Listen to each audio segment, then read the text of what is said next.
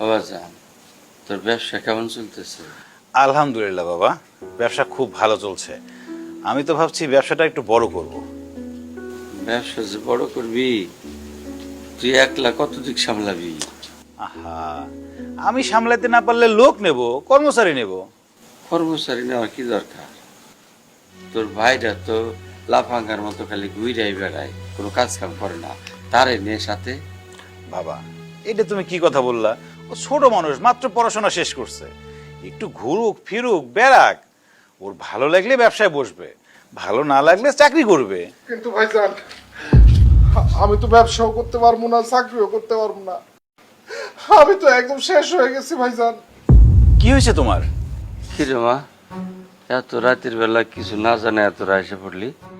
আব্বা, তোমার জামাই তো চাকরি চলে গেছে, বাড়িতে বসে থাকে, বেকার অবস্থা, কোনো টাকা পয়সা নাই।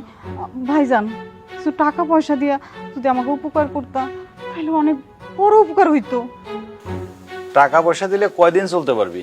সেটা তো বলতে পারতেছি না ভাইজান, কয়দিন চলতে পারবো। তবে সেটা নির্ভর করবে আপনি আমাকে কত টাকা দিতেছেন। না, আমি তোমারে কোনো টাকাই দিব না। টাকা দিলে পরে তুমি বেশি দিন চলতে পারবে না। তোমাকে তোমাকে আমি একটা চাকরি দিব, আমার কোম্পানিতে তোমাকে একটা চাকরি দেব। না না, ভেবো না, আগে যেই টাকা স্যালারি পেতা তার থেকে বেশি পাবা। কি চলবে না? চলবো মানে চলবো না, শুধু দৌড়াইবো।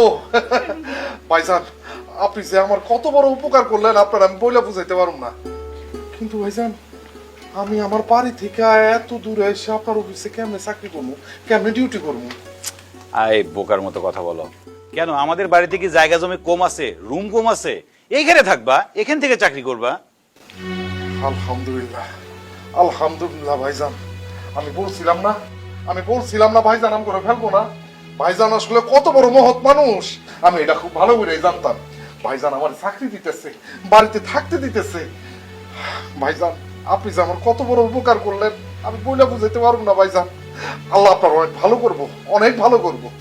আচ্ছা আব্বা, তাহলে আমরা ঘরে যাইতেছি। হ্যাঁ, আচ্ছা যাও। আসুন ঘরে আসুন।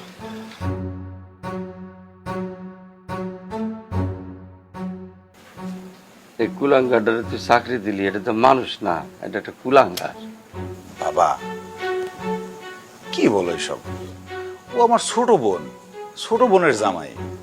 ওদেরকে এক বিপদের সময় আমি রাস্তায় ফেলে দিতে পারি? ওরা চাকরি করুক, থাকুক না এখানে।